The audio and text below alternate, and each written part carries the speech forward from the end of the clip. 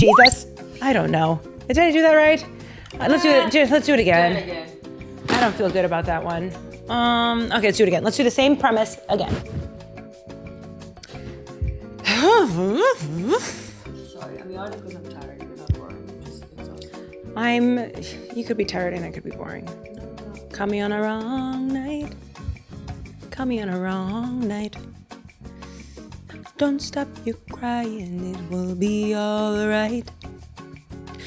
Just take my hand and hold it tight. Okay. Okay.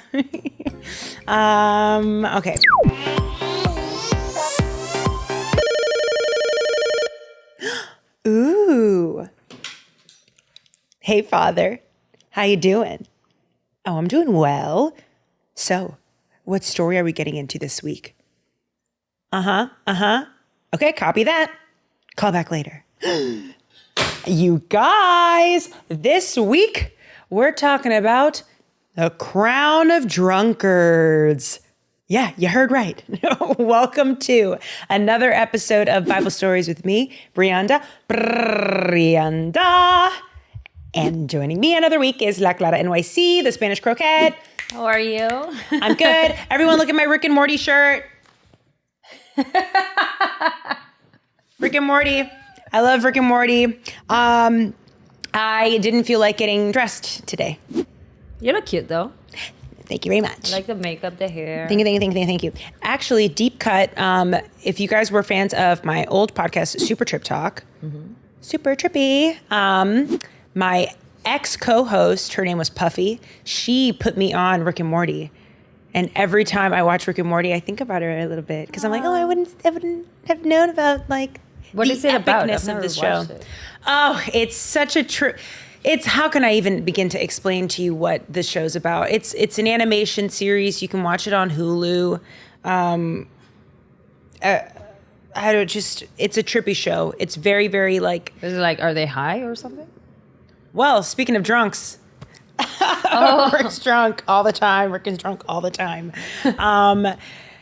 Just watch the show. It's hard for me to explain it. I'll tell you. I'll let you know more about it. But it's like a really philosophical show and hilarious. Okay. Those who are listening who know Rick and Morty, y'all already know Rick and Morty. Rick and Morty. Anyways, how you been? Not bad. I'm a little hungover. Speaking of drunks, so There you go. just need the water today. What were you drinking last night? Oh, tequila. Always. Always I'm tequila. a tequila girl. Mezcal tequila, right? Always. I love me a mezcal margarita. We had a birthday party, so it was just, it was fun. Yeah. But I'm tired today. Like, I'm not 18 anymore. You know, I used to do this and be fresh today, the whole day. Now I'm like, water. Is it Monday in 2 days? Oh shit. Yeah. I can't do this shit. Yeah, man, I gotta tell you, being a soberina ballerina has been great. I don't have to think about any of that. I just wake up not tired. My throat never really hurts. Like I don't know. I feel like of all the other things falling apart, that one's like, well, I'm not adding to the fuel, you know? Do you think that when you start drinking again, you'll get super tipsy super fast? You know how like your alcohol tolerance, like if you don't drink for a while, it probably goes down, no? I'm not too sure. I guess we'll wait and see. I want to have my first drink around my 30th next year. Like that. I want to have like my first drink back at my 30th birthday. So you're going to have to wait until February? Yeah. Technically it's a year and 2 months. Yeah. That I'm waiting. Yeah. To have my next drink. Wow. Okay. I don't know. Or if I even decide to drink, I don't know. Because I also haven't smoked. Yeah, but that's the day that the door's going to open. Then you decide when you want to cross it. Yeah. Like from your birthday next year, you can drink if you want to. And high tangy, not high tangy. Ugh, I hate that word like this. Fast forward to the story if you want the story, guys. Sorry, but we're vain babes here. We're beauty babes. Shout out to my beauty babes. A lot of the beauty babes know, okay? If you're a beauty babe, stick around. So I was going through TikTok and I won't mention any names. I think that's so rude and disrespectful and doesn't matter. I don't want to. But there were these two women who were over 40. Okay. Both the same age, both in entertainment,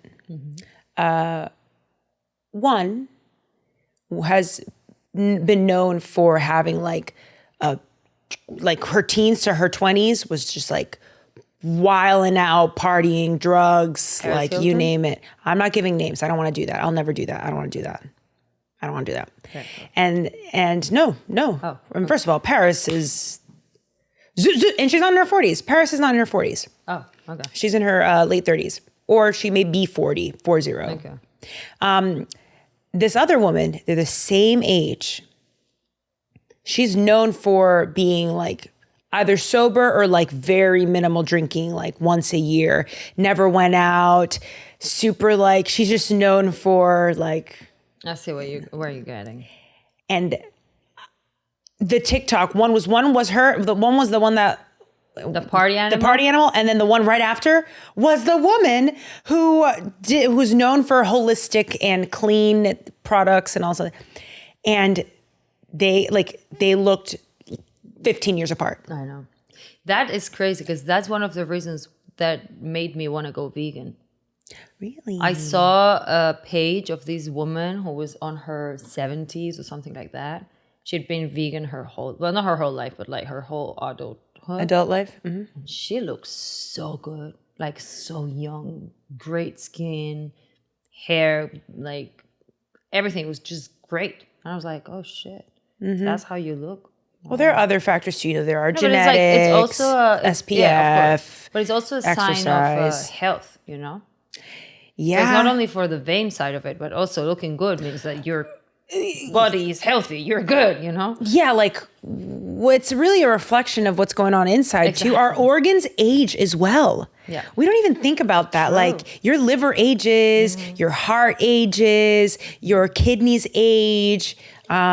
So it really is a reflection of all those other things that are way more important than wrinkles on your face and whatever, you know, 100%. the dips in your dermis. That's just like the tip of the iceberg in terms of like physical health. But you could just see it. You saw the difference. And I said to myself, you know what? I may just be vain enough. enough to keep this up, but I like a good time. Hey, I mean, like a good time. As long as it's for good, you know, you're not harming yourself, so keep it up. I know. We'll see. But I'm surprised I even made it this far. This isn't the longest. I've gone 7 months no drinking before. But if I beat 7 months, that would be a new You're record. on 5 months now, right? You started in January? Yeah. That'd be a new record. And you've been tempted, but not tempted, but like I thought about it. put in positions where you're like, oh, I could use a drink right now. And not even and I said, close to it. No, thank It's been you. your birthday already as well. You didn't even drink. I remember. No. This girl made me order a virgin cocktail for her birthday. Thank you very much. I will be doing that again today after our session when we go out to dinner. Thank you. I went to dinner with, shout out Gavin Turek, amazing artist. Put her stuff here, Clara. I went out to dinner with her last night and I was talking to her about what's it like performing. You're like a superhuman. Things that you do and say with your body make people move their body. You're an enchantress. That's crazy. You know what I mean? I never thought about it like that. But it's so true. cool. No one cares. No one cares about what I have to say anyways. Who am I? Girl, of course. I mean, at least all the Bible boys that tune into this show every week, they do care about what you got to say. That's odd. Anyways, whatever. Well, I love you, babes. Go to the Patreon. I love you. Oh, we're doing a bonus. We did, well, at this point. Oh, yeah, we're doing. Is this? We did a bonus. We already did a bonus. When this comes out, we've already done it. Ah, okay. We haven't done it, but we're speaking to the future. How cool. Yeah, we also won $1 million. We won it. We're speaking it to existence. I just bought my first mansion. We just did it. I just got filler. I just got Botox. Not yet, but I will. Anyways, Clara, anything else you want to add? Do you have anything to say? No, I'm curious about today's story. It's funny that I'm hungover and today is about drunk people. So I'm curious to see. Yeah, well, we're diving back into Isaiah. In the spirit of transparency, in authenticness or whatever, you guys know I've been going through a season where I haven't been reading as much of my Bible as diligently as I would have liked. I moved away from the church that I went to, that I just found, 2 months ago even. And I'm doing what I can that I understand and what I can present. Another thing that is a takeaway from this episode is lean out on your own understanding. And I think the wisest thing for me to do is to take it little by little and present what I can. And today I'm only doing one chapter because that was as much as I could sustain and sit down and understand as much as possible. You know what I'm saying? You know what I mean? That's good. So maybe we'll get back to the 4 or 5 chapters. But also, if I'm being honest with you, we really should be doing this one chapter because the Bible is so rich in content. You could spend 5 hours in one verse. Detail, yeah. So, but we're not going to do that because again, the show has an end. You know what I'm saying? We got places to be and people to see. But anyway, let's get into this week's story. This week, we are back in Isaiah. Chapter 28, to be exact. Oh, how I miss that man. No, but really, we're back in Isaiah. Let's do this. The next few chapters, which we won't be doing today, we're only going to be doing 28. Why do I do this? Are we going to have to cut this?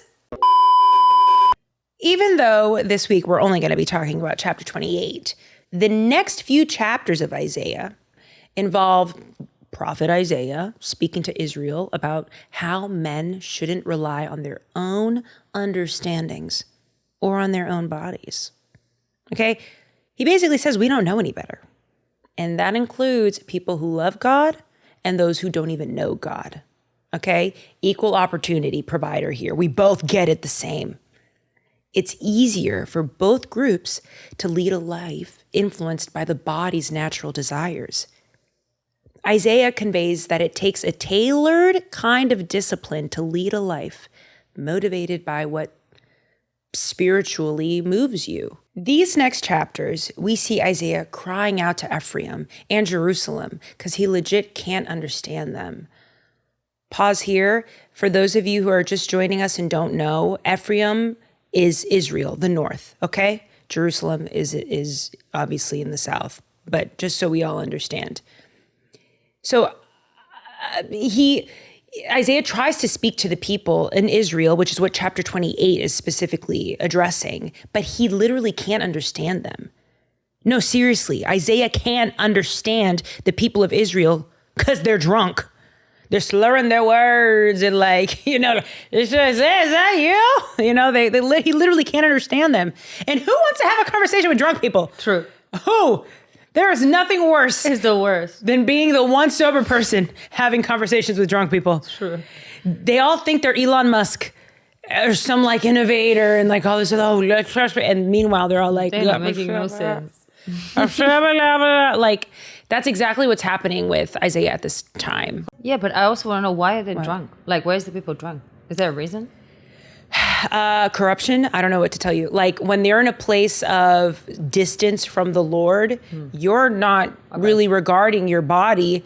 I'm sure at this point, they don't even have a word for addiction or alcoholism. Fair. It's just their norm. They wake up, drink. It's a drunk town. Yeah, exactly. And in Hosea from last week, he also mentions you guys are drunk often. They go, you guys are drunk all the time. How are you understanding of course you're not understanding the Lord's messages. Let's hop into some scripture. Okay, we're going to go into Isaiah chapter 28, verse 1, right off the top. Whoa. The proud crown of the drunkards of Ephraim, and the fading flower of its glorious beauty, which is on the head of the rich valley of those overcome with wine. What I know from this amazing podcast, The Bible Recap, if you guys don't know them, please follow them, listen to their stuff. They're amazing. But she also mentions that chapter 28 to chapter 34 or 33, I think, are known as Isaiah's lamentations, like Isaiah's woes. And the reason why they call it that is because every single one of those chapters begins with an ah or a woe. So just like here, chapter 28, Isaiah says, the proud crown of the drunkards. So at this point, he's really pleading with them, like, can't you guys see? You guys are a mess. Like, what is going on? Okay. And he even addresses the priests and the leaders who are also drunk. If the your priests and the leaders are drunk too? Yes, Clara. That is a drunk town. Like, Clara, that's what I'm saying. Even the priests? So are they preaching drunk? Yes. Wow. But they're really not... yeah, at that time, I guess they don't even understand that this is wrong. You know? They're far past the point of like redemption, you know, even though that's obviously not what Isaiah's there to remind them, you know. And we already know at this time, because chapter 28 specifically is speaking to Israel, and he's letting them know that if they continue on in this way, they'll never be able to hear and understand the Lord's discernment. They'll never be able to acquire discernment that can only be received by having a relationship with the Lord. You're drunk, you're incapacitated, you're paralyzing yourself. You probably can't even understand what a human is telling you. Period. Oh, and a little bit later, you also hear in the chapter that because of their constant rejection of Isaiah, later on you see them actually mocking Isaiah, the Lord actually closes off the truth from them too. So even if they had an opportunity to, it's been closed. That's a little, and that doesn't sit well. I know it doesn't sit well with you. It doesn't sit well with me. It's something that's a little uncomfortable to read in the text, but unfortunately, the Bible's not made to make us feel comfortable. That's what I'm thinking. Because what do you have to do to be a priest? Don't you have to have like a special connection with God or something? Well, at this point, you know, in Israel, when they, first of all, at that time. Post the split, things in regards to how they anointed priests were not what they used to be. Like I said, this was a corrupt nation. So you could literally probably buy your way into this. I mean, look at politics now. Not to compare Israel with American politics. I don't want to be that, you know, ignorant or whatever. But it's kind of hard not to. But there are people who pay their way into political positions of power. That's fair. Yeah. You know? So I'm assuming that there was some of that here as well.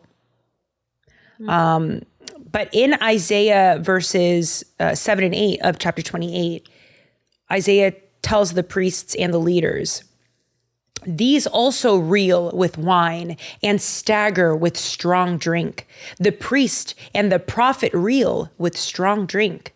They are swallowed by wine. They stagger with strong drink. They reel in vision. They stumble in giving judgment. For all tables are full of filthy vomit with no space left. Oh, that's disgusting. Oh, I know. Oh, and it gets even better. Hold on. Because then immediately after in this chapter, what I just read, that is what Isaiah is telling the priests and the leaders. Guess what? They respond back to Isaiah while they're drunk and slurring. And they smell like BO and they're drooling on themselves as they speak. And you know this because they put quotes on the verses. So once Isaiah says that, the priests respond with this. Isaiah chapter 28, verses 9 to 10. To whom will he teach knowledge? And to whom will he explain the message? Those who are weaned from the milk, those taken from the breast? For it is precept upon precept upon precept upon precept, line upon line upon line, here a little, there a little. Let's break that down a little bit. Yeah, I don't understand. They're mocking Isaiah. They're making fun of him. Están burlando. Yes. To whom will he teach knowledge? And to whom will he explain the message? Those who are weaned from the milk, those taken from the breast. For it is precept upon precept upon precept upon precept, upon line upon line upon line. You're talking so much, giving us verses, give us a line. What does precept mean? Precept is like principle. Oh, your principles here, your principles there, your principles. Some translation. That's basically like saying yada, yada, yada, yada, yada, yada, yada. Oh, wow. I know. Well, to be fair, they didn't know he was a prophet, right? Yes. They did know? Yes. Oh, shoot. Okay, even worse. Absolutely. I mean, that's why they're saying, to whom will he teach knowledge and to whom will he explain the message? You know? But when I bet you, liquid courage, liquid courage means the courage you get when you're drunk. Oh, okay. Have you ever seen someone that's like 5'6" trying to get in a fight with a man who's 6'5"? It's like, why would you even start? It's like a drunk thing. That kind of feels that same way. It's like these people are all super short in faith, and here you have the nerve to talk to someone who is literally a prophet of the Lord. But it's also like the most ignorant is also always the one that is trying to be the smart mouth or the smart, whatever. So to me, it sounds like these drunk priests are the ignorance here. Yeah. And someone comes tell you something, you're like, only an ignorant would do that. Like someone who's wise and well educated, they're not going to do that. Exactly. Well, that's discernment. Like even if you wanted to go up to that 6'5" guy and say whatever you want, you wouldn't do it because it's not wise, right? So after the drunks say what they have to say, they say their piece, these leaders are mocking Isaiah when they come to him while he's pleading and lamenting to them about their destiny that is inevitably going to happen. The Lord is pissed. And he says, and I wasn't going to say this, but I'll say it now since we have the time. If you want to read along, chapter 28 of Isaiah, verses 14 to 15. We'll stop there. Therefore, hear the word of the Lord, you scoffers who rule this people in Jerusalem. You boast, we have entered into a covenant with death. With the realm of the dead, we have made an agreement. When an overwhelming scourge sweeps by, it cannot touch us. For we have made a lie our refuge and falsehood our hiding place. Oof.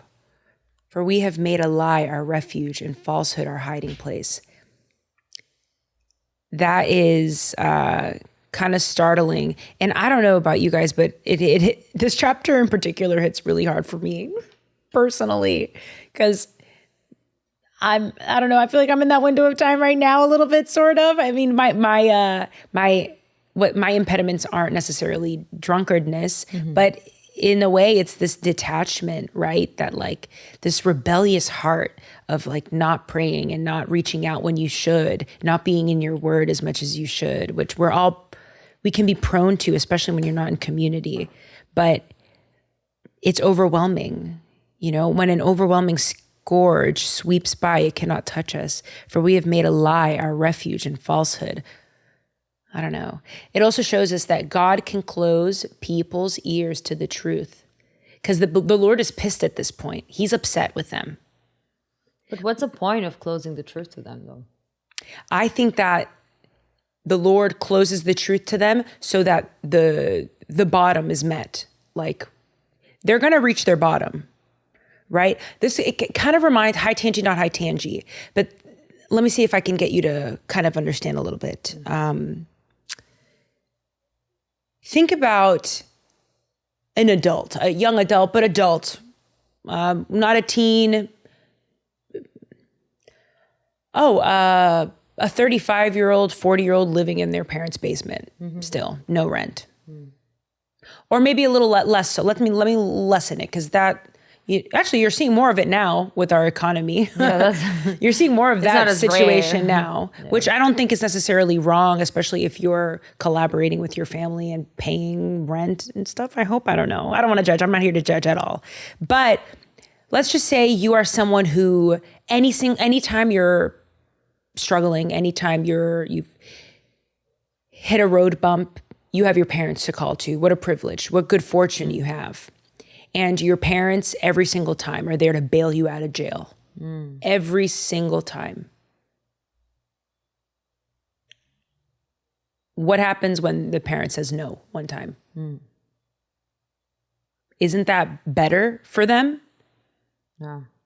And that's I think in this chapter what was revealed to me when God closes off the truth. And that's my interpretation, right? Like maybe other people have a different interpretation of those verses, but I think he does this so that they can hit their bottom, okay? To continue doing what they were already doing. They were already doing it. They already were doing it. The Lord has already saved Israel countless times. He's given them victories upon victories, even when they didn't deserve it. He was there for them. He did that. And this time he's not doing that. Capiche? Yeah, capiche. My mind has like a floated of questions and ideas now. What? You said he gave them victory even when they didn't deserve it. But then the Bible or Christians also say that the God is a just God. Mm-hmm. Yeah. How is giving victory to someone that doesn't deserve it of justice? That would be an act of mercy. Yeah, but then it's not fair to the ones that work for it and get the victory as well. We don't know what's fair. We're not who's the arbiter of what's fair. You know what I mean? I mean, it's pretty obvious. Like if we both get the same, I worked my ass off for a victory and you don't deserve it, but you still get it. It's not fair to me. Life's not fair. I don't know what to tell you. And I don't think that the Bible ever plays by the rules of human fairness. That's not the point. And if we use human metrics of what's fair, what's not, we're gonna have difficulty understanding the Lord and developing a relationship with him. We're gonna be disappointed for a lot. You know, when the Lord gave the Israel victories, that was an act of mercy. That was an act of mercy. The Lord had mercy on those people, right? And at this point, around the Assyrian takeover of Israel and what was about to happen, you have Isaiah lamenting with them, pleading with them, please come by. And after the pleading, they're drunk and mocking him to his face. They're spitting in his face. You know, that is when the Lord says no more. I am not bailing you out of jail this time. You're going to hit your rock bottom. And later on in chapter 28, Isaiah provides this beautiful metaphor that hopefully makes you feel a little bit better about this undoing to become who the Lord sees us to be. Isaiah's really good with that, he has these layers, and he ends chapter 28 on a note that's, again, more of hope. After seeing, I'm telling you, this wasn't easy. Reading this is not easy, Clara. I'm telling this to you after hours of sitting with it to prepare for today's episode. That doesn't mean I understand it 100%. That doesn't even mean I understand it more or better than you do upon hearing it. Because you haven't read it, you're hearing my interpretation of it. Man, forget that mess. Read it. I would suggest you read chapter 28, just to see what comes to you. All of this, by the way, high tangent, guys. Bible stories with Brianda. If ever a point that you're confused, go and read them yourself. Don't just take what I have to say. Never do that. Please don't. Not in this season of my life. Please don't. Please take what I say with a grain of salt, please. Okay? But and that goes for any other pastor that you listen to or whatever. Read it yourself and read the word and spend time with God. I'm speaking to myself when I say that. There's more. You guys, there's more. I wasn't going to put this in, but I'm going to put it in anyways. This is a verse that I really liked in chapter 28 because I knew it was Jesus. I'm Christian, guys, so those who are not Christian or may not understand it yet, but Jesus is very much in the Old Testament as well.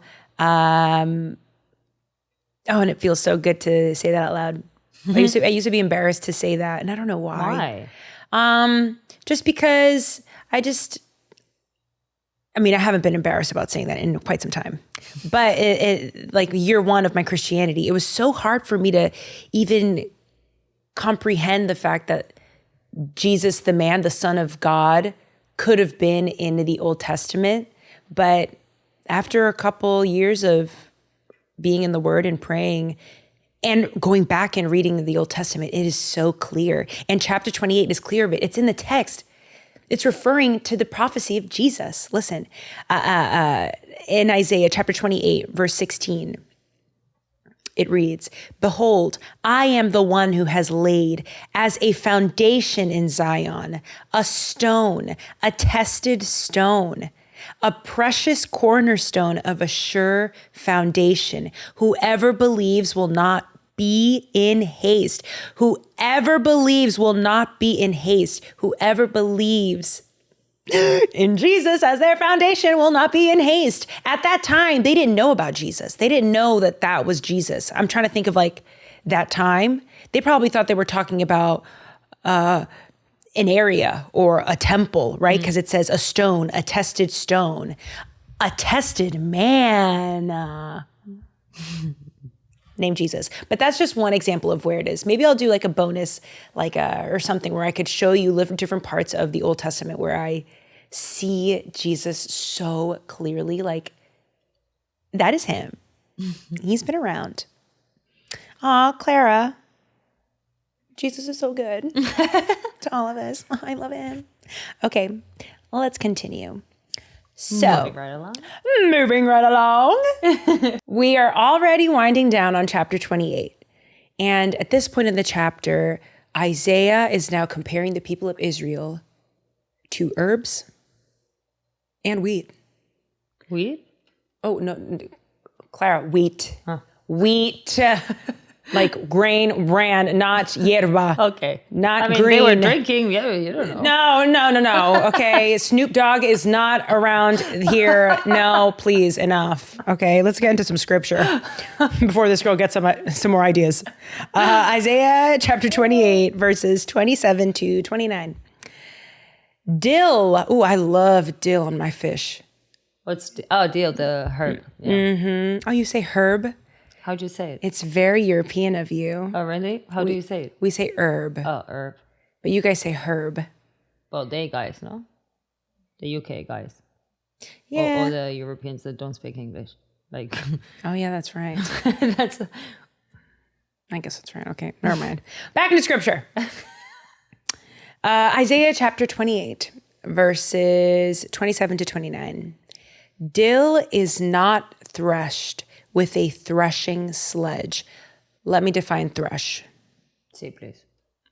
Threshing is the act of cutting the wheat? Not even cutting. Like there's, you know how when farmers, you have that machine that like tumbles a bunch of wheat. Mm-hmm. What that machine is doing is threshing. Okay. It's like maybe Clara put the definition here exactly, but it's like the threshing floor when you go to separate a grain's goods from the things that are not needed. Like throwing it around, tumbling it. Yeah. They do this with rice as well, no? And sure, and yeah.